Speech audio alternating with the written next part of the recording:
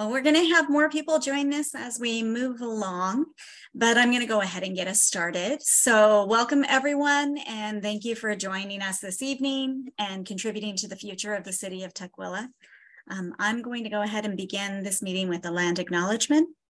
So we would like to open this convening by recognizing that we are on the unceded ancestral land of the Coast Salish peoples, the traditional home of all tribes and bands within the Duwamish, Suquamish, Tulalip, and Muckleshoot nations. We cannot work to fulfill our mission and our vision of an anti-racist present if we don't first acknowledge and recognize the true history and the cost of colonization. However, acknowledgement is only a first step. And so we urge you to engage in informed actions and accountable relationships. And tonight we are going to have a quick presentation around middle housing and provide a little bit of time for follow-up on that if there were questions around the presentation. But the intention for the evening is really to get your input and your perspective. So after those few questions that come up are answered around the presentation, we are going to move into 2 different breakout rooms. We will have 40 minutes total. And in those rooms, we hope to learn your perspective about housing in Tukwila. We have some kind of questions to start the conversation, but we're really just looking for your input. And to protect the time for that conversation, I'll just ask that you go ahead and you feel free to put in your name, your title as resident, or if you're part of an organization, you can put that inside the chat as an introduction to yourself.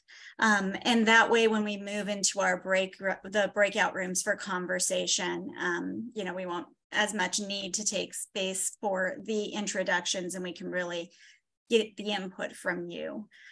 But before we begin, we're going to go ahead and hear some words from our executive director at HDC. My community is having dinner, and I just rang the dinner bell. Yeah, and I have some sirens behind me, but good evening, everyone.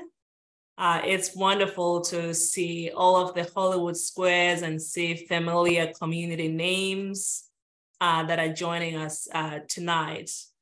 I will say that this is a platform, as Bambi said very eloquently, to shape the future of the city of Tukwila. It is also important for us to remember that it's a platform to really address the housing challenges that we face. And in focusing more on middle housing and the comprehensive plan, we have promising tools that can help us do that. You will hear from the presenters from the Makers Group who will share with you in more detail. But the housing challenge in the city of Tukwila is currently escalated.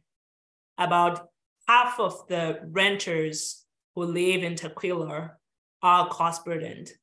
And I think that's a reality that we must reckon with. And your being here demonstrates the commitment to want to address that, knowing that the people who are disproportionately impacted in many cases, in particular within the city of Tukwila, people who are low income, people who are Black, Indigenous, and people of color. And having all of you be here to shape those solutions is absolutely critical. What's more important tonight is your voice, your experience, your ideas. I know sometimes when we're using lived experience, it can feel like it's not an innovative idea, but we know where the pain really hits the most and can provide feedback to the planning process to be sure that the solutions are really community oriented. I do want to take a moment though to honor and thank the folks who made this evening possible. The organizations from the African Community Housing Development. We see all of you convened in the room. A big shout out and hello to all of you. And thank you for being there in person. I know nothing beats being together in one room in the community. So thank you for that work. The Habitat for Humanity organization in Cleve has been stellar, organizing folks to join us and really have the voice of homeowners be here. We thank you so much. And a special thank you to our very own Bambi Chavez at HDC, who's been instrumental in pulling this event together within a short amount of time and getting so many of your voices brought to this table to help shape. And to those that I've not mentioned, because I know there's been so many who've been involved in pulling this work together, we're grateful. And to the city of Tukwila for your partnership. We appreciate your commitment to hearing the voices of community and being sure that racially disparate impacts are being considered in the process of shaping your policies. I think that's how we build a foundation for an equitable future, and doing more than just talking is what's more important, and that's truly what has been demonstrated here. So as we navigate this discussion, let's always remember that the goal is to ensure that people have access to safe, healthy, and affordable homes. And right now that is not possible for far too many people. But your being here is contributing to making sure that solutions continue to be advanced. And with that, and no further ado, I'll hand back over to Bambi to keep us moving here for a rich discussion. You bet. And so I'm going to go ahead and we'll begin with that short presentation we talked about. Today we have Ian Crozier of Makers, Architecture and Urban Design. And we also have Marcus here with us. I wasn't clear, Marcus Johnson, if you're going to be part of the presentation, you guys are going to tag team it, but I leave it to you to go ahead and move forward to let us know a little bit more about middle housing and what's happening in Tukwila, to help inform our conversation as we move in, talking about input. Thank you, Bambi, and thank you, Patience, for the moving opening words. As Bambi mentioned, my name is Ian. I work at Makers, Architecture and Urban Design. We are working with the city on this middle housing project and also on a comprehensive plan project, and which we'll be mentioning a little bit in our presentation. Just quickly, a little bit about me. I'm the project manager on the consultant side. I have done a good bit of work in South King County. I really love working in South King County, and it's been an honor to be involved in this project, and very passionate about housing and working to address the problems that Patience spoke about in our housing system, and the problems with getting adequate housing people that need it. I'm joined by Marcus, also with Makers. And Marcus, could you say a little bit about yourself? Yeah, hi everyone. So I'm Marcus. I'm also a planner at Makers Architecture and Urban Design. And I see kind of my planning work as a goal towards shared well-being. And so part of that is addressing housing and getting it to be affordable and making it, easy and accessible and safe for everyone. So that's why I'm interested in this work, and I'm helping out with this project as well. Thanks. And Marcus and I will both be serving as note takers later on this evening, and they're really the most important part of this event, which is the breakout listening sessions. So we really look forward to hearing your thoughts, the conversations, and doing our best to accurately capture them so that they're a documented part of this project going forward. And so I have just some slides to share, just to share some information about this project, a little bit of context about what brings us here together this Monday evening. Bear with me while I share my screen.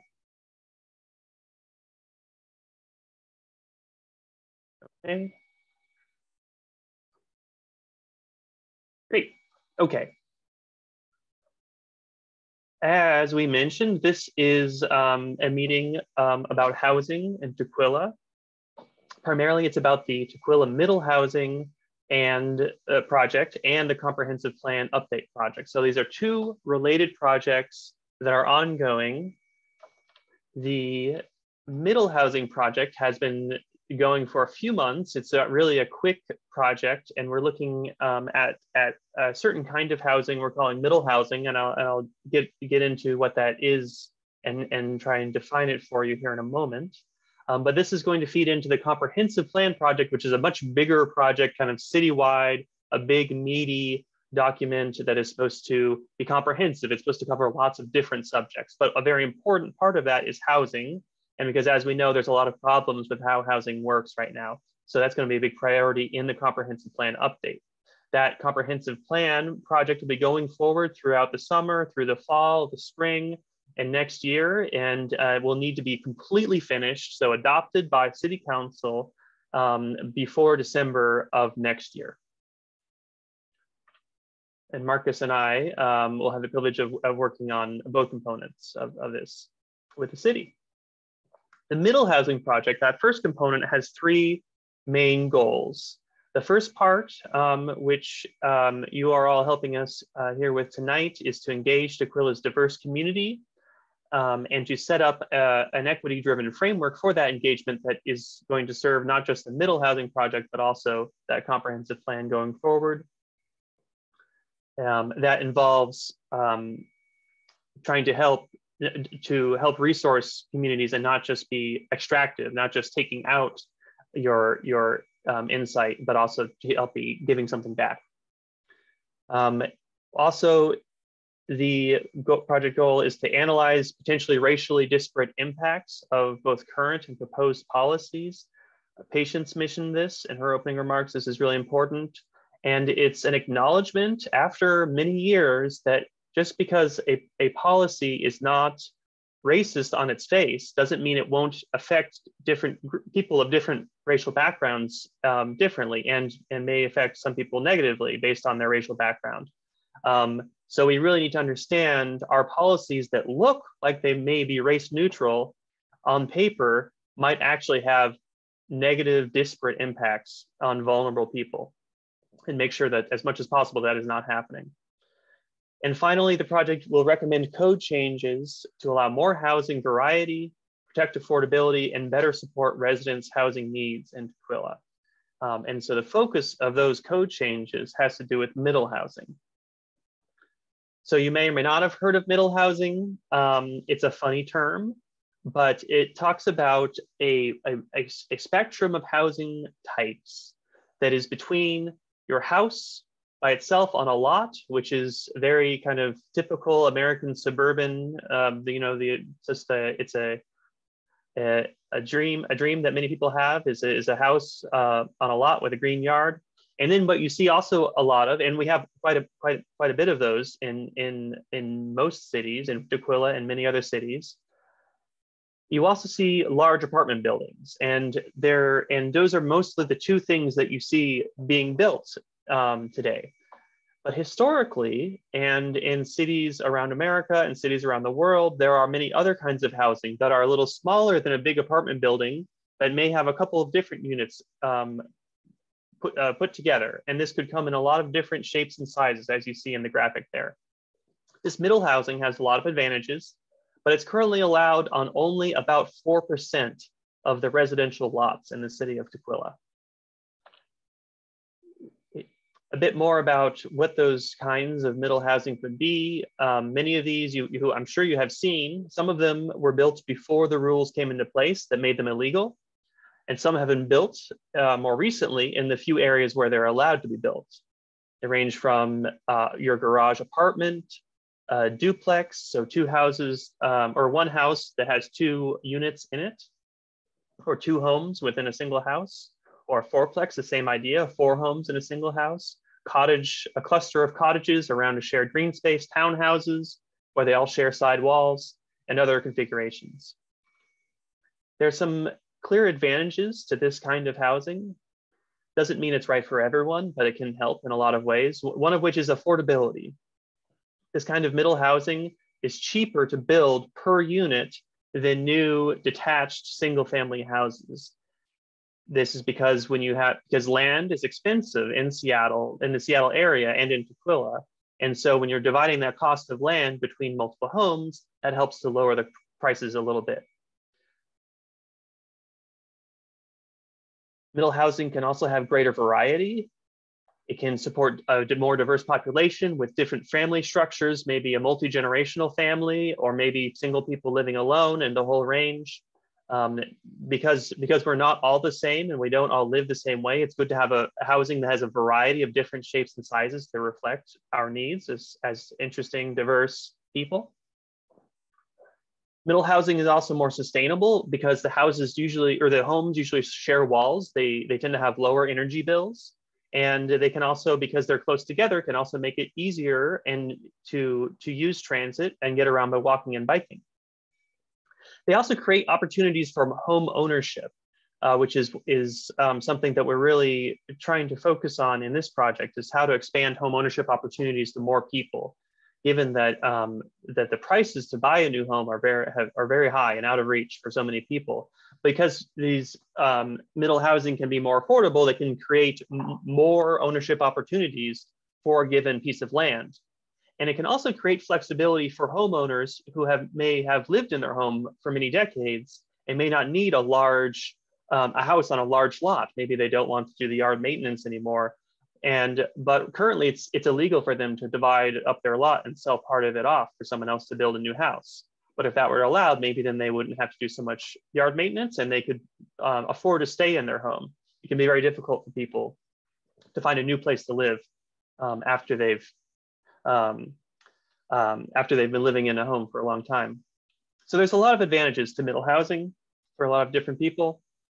As I mentioned, the affordability piece is really important, I think, something we were aware of, but I was even shocked when I saw these numbers, and I follow this stuff pretty closely, but in Tukwila, single family home sale prices are up 56% since 2008.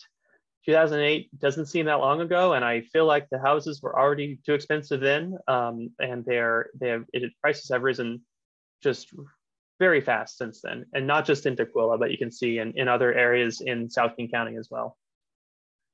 And there are also affordability challenges for renters. Almost half of all households that rent in Tukwila are considered cost burdened, meaning they pay almost a third of their income in rent. And many renter households pay more than half of their income in rent, which makes it very difficult, as you know, to make ends meet. To get into a little bit about the rules that we talked about proposing changes to, a big one is zoning. And zoning is when you take a map of a place and you draw different colors on it, and you say, in this color you can build buildings X, Y, and Z. In this color you can build buildings A, B, and C. And in this color you can't build any buildings at all. So in the yellow color there, in that middle image, that's where single family homes are allowed to be built in Tukwila. And that's pretty much all you can build in those areas. One house on a big lot. There are many other zones, but middle housing, and the zone that currently allows some middle housing to be built, is the much smaller area you see in this map on the right with the orange, is, as you can tell, a much smaller area. So we'll be looking at changes to allow middle housing in more places, and also just to unlock some opportunities even in those yellow areas, just by making it a little bit easier to add new houses. The middle housing project will gracefully transition, we hope, into the comprehensive plan project, which, as I said, will be going on for the next year and more.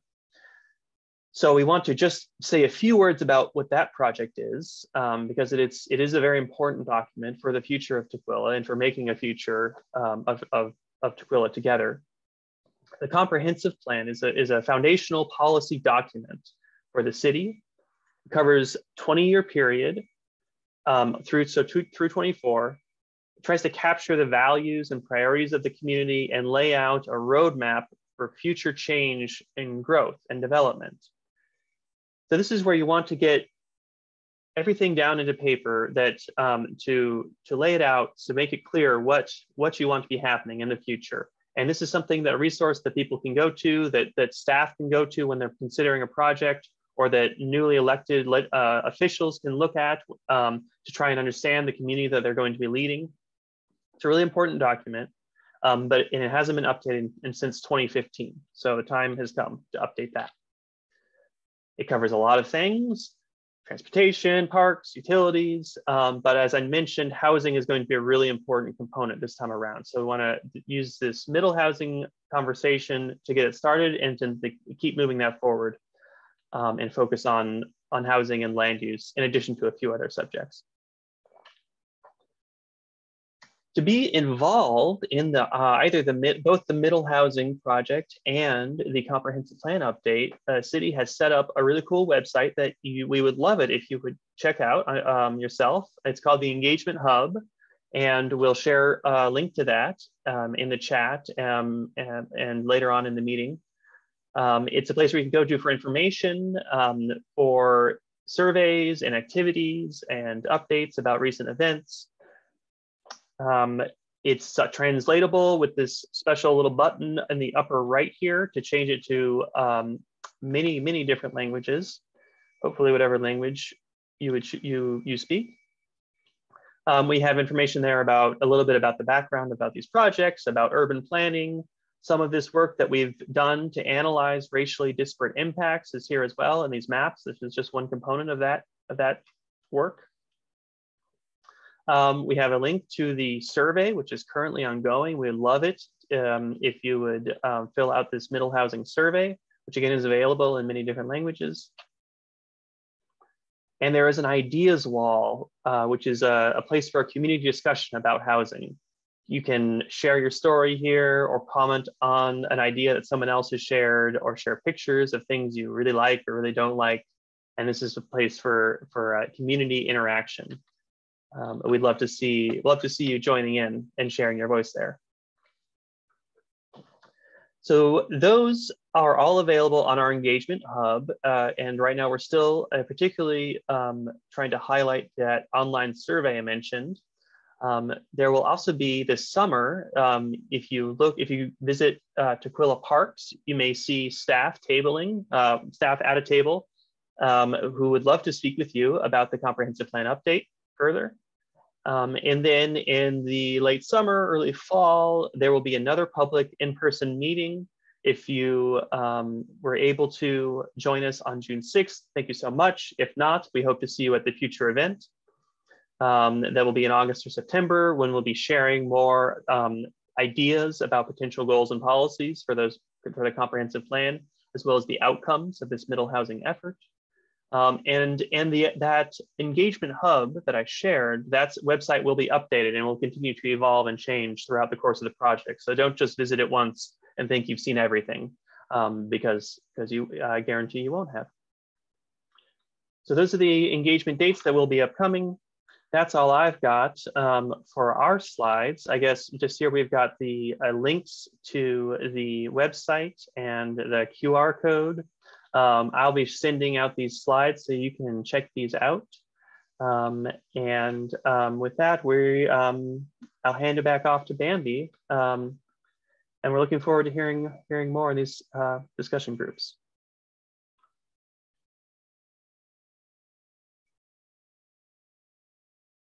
Thank you so much for that presentation. Before we move into having conversations and those two kind of breakout rooms, and then of course, everyone over at ACHD getting that opportunity to have in-person conversation, are there any questions that have come up for anyone where they would like to ask either Ian or Marcus? Anything within the presentation that was unclear, or a thought that came to you that you might need an answer around? And if you have a question, then feel free to go ahead and unmute and ask your question. Hi, good evening. Good evening. I just wanted to apologize. My name is Jacqueline Smith Armstrong. I'm with Africatown Community Land Trust, and I just zoomed in. I thought it was a webinar. I see it's almost 7 o'clock, so I completely missed the first hour. But I am so thankful to be here amongst all of you, hoping to learn something, but I've missed the whole hour. So I'm here, but I'm just catching up. But thank you very much. Well, good to see you, Jacqueline. And you know what? I have a gift for you. It has only been 30 minutes. So it's only been 30 minutes. Yes. Okay, and yay, I don't feel so bad. Absolutely. And those 30 minutes that you had missed will be recorded because it was a presentation and opening remarks. And awesome. Everyone who signed up for tonight's event will be receiving that link. So you will get to go back in time and see that presentation, but I hope you'll be able to stay with us. Okay, and I see that Yvonne Majette is on my team, so she's been here probably since 6:30. I don't know if Caleb Jackson made it. Caleb? I think I saw Caleb earlier. Okay, well, my team is here, but yes, I'll catch up the last 30 minutes. Thank you so much. No worries. And so where we are right now is just, we heard a little bit about middle housing and comprehensive planning in Tukwila. We're planning to spend the rest of our time together in breakout rooms, having conversations about that and hearing people's perspectives. So right now, just again, kind of an open call. If there are any questions that came to mind for you, please feel free to unmute and ask your question of Ian and Marcus before I move forward into the breakout. And Ian, I'll just highlight, I saw a question in the chat already, so I don't know if you saw it as well, but it's how is equity and anti-racism specifically centered in the comprehensive plan? And Ian, we'll let you have the opportunity to answer that. And then afterward, it looks like Armin may have a question. That is a great question. And the comprehensive plan is still just getting underway. So we do not have the answer yet, but part of it is in the engagement strategy, which is one thing we have put together, seeking to seek out and prioritize the voices of folks who would be most potentially impacted and who are most vulnerable to impacts of planning decisions, be it around housing or infrastructure, other urban issues like that. And to build in feedback cycles so that as we're moving the project forward, we are getting the kind of critical feedback that's important to make sure that it's not going in the wrong direction. I don't know, Neil, if you had any other thoughts on that one? No, sorry, Neil Tabor, City of Tukwila. I think that's a pretty good start to it. I think a lot of it is just taking in as much input as we can from as many different communities within the city as possible, or who interact with the city. So building that into it, we are of course kind of bound to hit certain policies from the county, the state, and the regional bodies, which I think luckily have focus equity as one of the more prominent issues to integrate further into this more than any other kind of comprehensive planning cycle before. Getting into the technical, but I think really diversifying the way that we look at these issues, the groups that we interact with, broadening the opportunities and going to the groups rather just we're having a meeting at this time, come to us, but trying to build more of those connections to make sure we're getting broader input is really some of our core concepts at this time and how we'll start that process. But we're always looking for evolving that, and like Ian said, making feedback cycles just to make sure we're on the right path. The question, what zoning currently allows middle housing? And so primarily, my understanding of it is that there's one zone in Tukwila called medium density residential. And that's the one that's sort of primarily oriented towards townhouses, but even it's not terribly well oriented towards middle housing that's actually buildable. Sometimes it can, a lot of zones tend to be focused on either the apartments or the houses. So it's not necessarily economically feasible sometimes, even in those zones. And maybe it would be good to understand the context of middle housing has been something that has been illegal, but in this last legislative session, a new law was enacted that said that middle housing is now something that can be built throughout the state of Washington. And so it's a really great tool to have as a law as we move into thinking, what will cities look like for 20 years? Because we would have maybe wanted some of those middle housing types, but we would have had to fight to get them into communities. And we've got a bit of a lift there from Washington State in being able to pass a state law that says it can't just be this city will do it and this city doesn't do it and this city might do it. It's everyone does actually need to consider it. And so it's a really big new tool that can help us reimagine our communities. And that's something that just passed just 3 months ago in March. And it was a process that took 5 years to get to a yes. So it is a huge win, and I'm very excited about it. I want to make sure that we get in your question. And Armin, you had a question earlier. Did it get answered? Right. So yeah, my name is Armin. I'm council member elect with the city of Tukwila. And regarding that state law, does that actually affect Tukwila in any way? Because I thought cities like Tukwila, because we're small in population size, it doesn't really affect us, but I was just curious to know. And my second question was, just for curiosity purpose and clarification, who is leading these efforts and will the results be presented to the city council? So in terms of what we're doing here today, I believe Makers has a consultation agreement with the city of Tukwila to go out and receive input. And then we as HDC, part of doing policy work, have helped to engage this particular quick turnaround, fast webinar that I'm so happy people have been able to join today. But it's only the very beginning, and there will be much process to come. And I do believe that the process occurs all the way through March of next year in terms of the comprehensive planning process in Tukwila. So this is really just the very beginning, and there'll be many opportunities for input. In terms of the state middle housing bill, that one is a page turner if you read it, many, many pages. And it went through a lot of changes during the session. And so you're correct that there are different levels of what's required in different size cities. I do believe the bill is at least duplexes everywhere. But then it starts to be around, you know, if it's a triplex, is it by a transit center, fourplexes? There were also some provisions around if some of the units are affordable on a sixplex. So it gets kind of complicated when you start getting into the actual legislation itself. But in general, what it did is create the stop on it being illegal for things to be built that are not just going to be the large home on the single lot in the residential zone. So it's creating that opportunity for different housing types.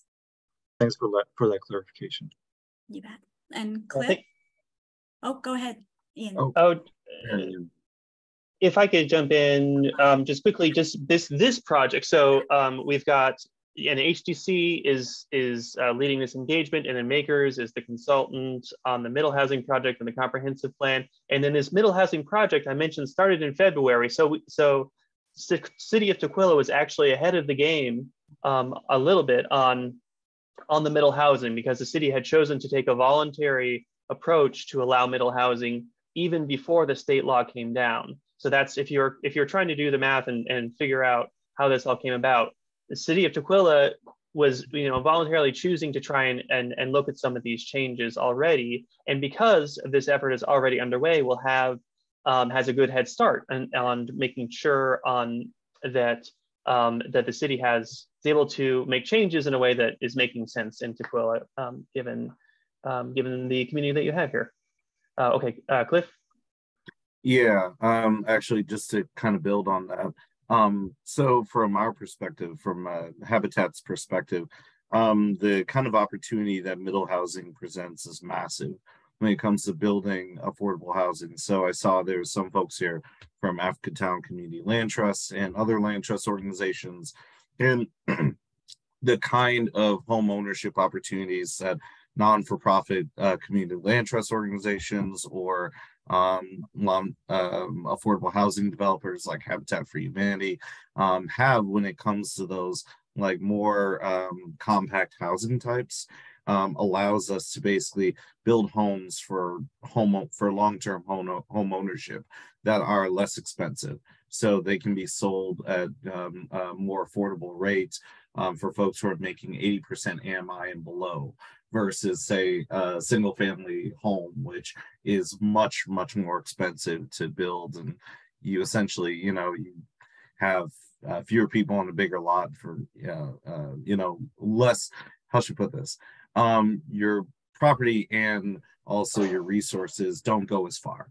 So in short, middle housing is a key component to addressing the affordable housing crisis, even just in of itself. But I'm sure we'll get more into that in our breakouts, and yeah, I'll be around here. Hey, Armin, congrats by the way. All right, so, okay, I see a new question in the chat here. How does gentrification play a role in this, given the rise in gentrification happening in Tukwila, Lower King County, South King County? That's an important question, and it's always with housing discussions. There's a lot of complex things happening, overlapping, and gentrification is a difficult one. One of the things that is true is that new housing tends to be more expensive than old housing, right? So a new building, whether it be a middle housing building or whether it be some other kind of thing, often isn't as affordable as an older building that may not be in great shape, right? So this is often can be shocking when you see new buildings. On the other hand, not all new buildings are the same, right? So you have one new building, which could be $1.5 million, and you have another one that could be a fraction of that. So that's one piece, is that creating the long-term resilience in the community, that as new housing stock is being created and it gradually gets older, that we have some control over that those housing types will be affordable, relatively affordable now, and more affordable in the future as well. The other thing is there's some things that are out of our control, and there's a lot of jobs in the Seattle area, and there's sort of this torrent of economic, there's many people that want to come here for many different reasons to this region. So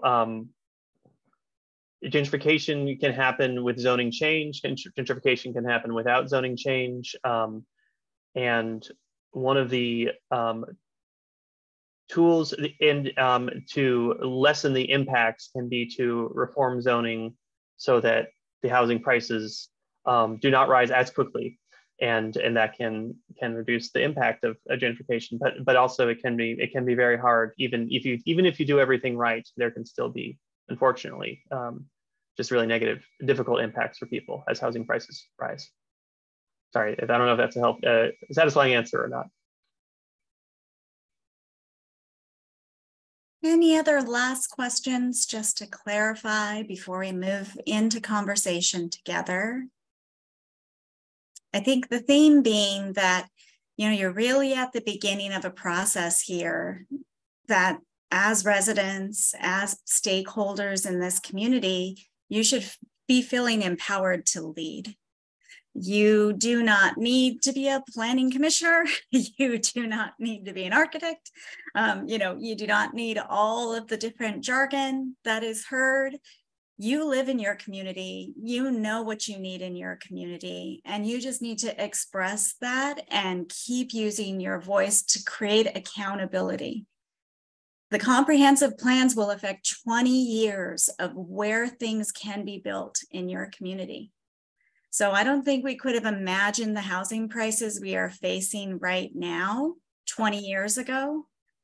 And in order to think about 20 years from now, where could that go if we don't start setting in some type of thinking around how we need to have more choices? That's a little scary to think about. So this is a really great moment to use your voice and be a part of that conversation.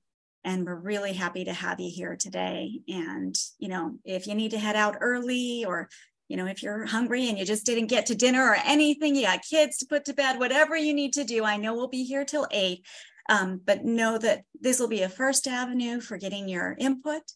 And then we also have some kind of offline ways to do that with the survey, with the engagement hub. You know, so if you kind of like playing in that virtual reality, you know, kind of space there, you'll have that option too. But I hope that you'll be able to stay for some period of time and contribute your opinion.